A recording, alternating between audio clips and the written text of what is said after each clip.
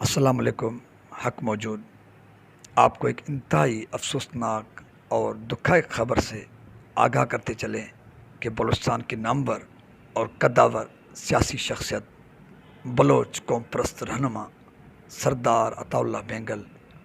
آج سندھ کی راجدھانی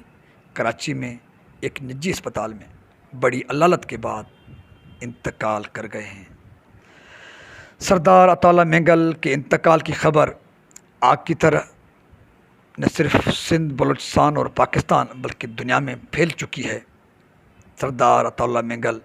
جن کی پیدائش 1929 کو بلوچستان کے ایک چھوٹے شہر وڈ میں ہوئی، سردار عطاء اللہ مینگل نے زندگی میں بہت سارے اتار اور چڑھاؤ دیکھے۔ بالآخر 1 مئی 1972 کو وہ وزیر اعلیٰ بلوچستان منتخب ہوئے، لیکن اس وقت کے وفاقی سرکار بھٹو سرکار سے ان کی انبنت نے آخر 13 فروری 1973 کو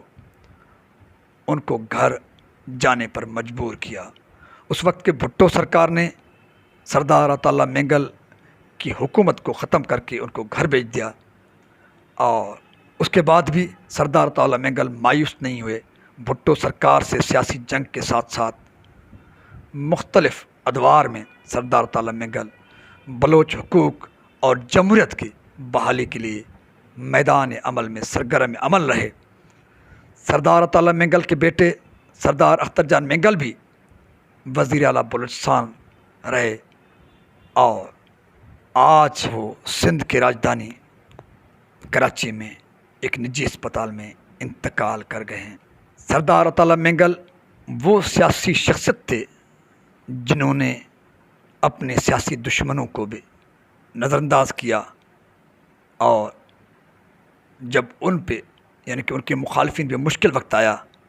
مثال کے طور پہ نواب اکبر بگٹی وہ سیاسی شخصیت تھے جب سردار عطاء اللہ مینگل کی حکومت کو بھٹو سرکار نے ختم کیا تو نواب اکبر بگٹی کو گورنر بلوچستان منتخب کیا گیا، لیکن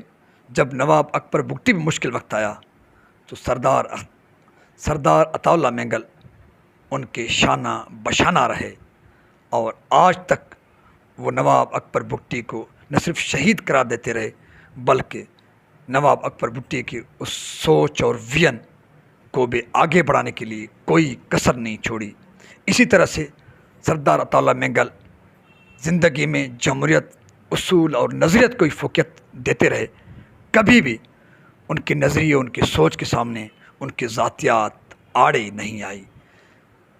سردار عطاء اللہ مینگل کی وفات کے بعد یقیناً بلوچستان ایک بڑے قوم پرست، وطن دوست اور بلوچ دوست رہنما سے محروم ہو گئی ہے۔